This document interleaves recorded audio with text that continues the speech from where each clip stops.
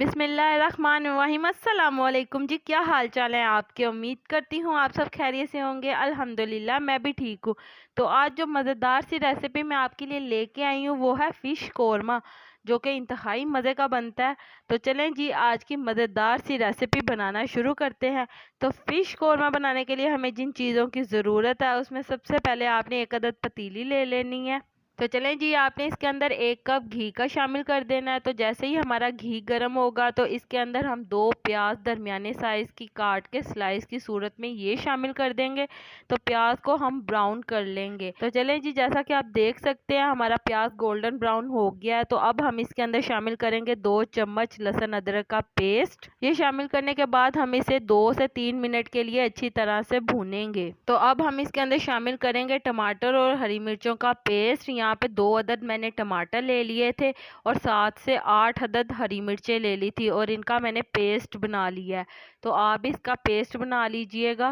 तो चलें जी, यहाँ पे हमने मसाला जात ले लिए हैं। नमक हस्बे ज़रूरत, हल्दी पाउडर 1 चम्मच, सुर्ख मिर्च का पाउडर 2 चम्मच, ज़ीरा पाउडर 1 चम्मच, कुटी हुई सुर्ख मिर्च 1 चम्मच, खुश्क धनिया का पाउडर 1 चम्मच।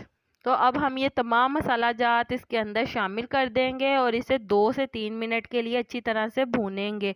तो जैसा कि आप देख सकते हैं हमारा मसाला अच्छी तरह से भून चुका है। तो इसके अंदर हम आधा कप पानी का शामिल करेंगे ताकि हमारा मसाला नीचे ना लगे और इसे अच्छी तरह से मिक्स कर लेंगे। तो चलें जी, यहाँ पे हमने फ़िश ले लिया 1 किलो और इसे हमने लहसुन के पानी और दही के पानी के साथ अच्छी तरह से धो लिया। आप नमक और सिरके के साथ भी इसे वॉश कर सकते हैं। तो जैसा कि मेरे प्यारे प्यारे व्यूवर्स देख सकते हैं मसाला हमारा कितनी अच्छी तरह से भून चुका है और इसने ऑयल कितना अच्छा छोड़ा है।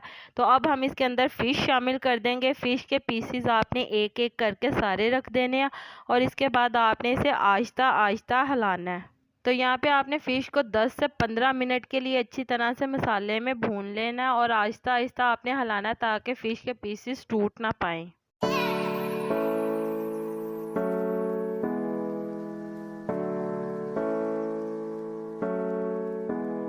तो चलें जी, यहाँ पे हमारी फ़िश अच्छी तरह से मसाले में भुन चुकी है। तो अब हम इसके अंदर 1 प्याली दही की शामिल कर देंगे।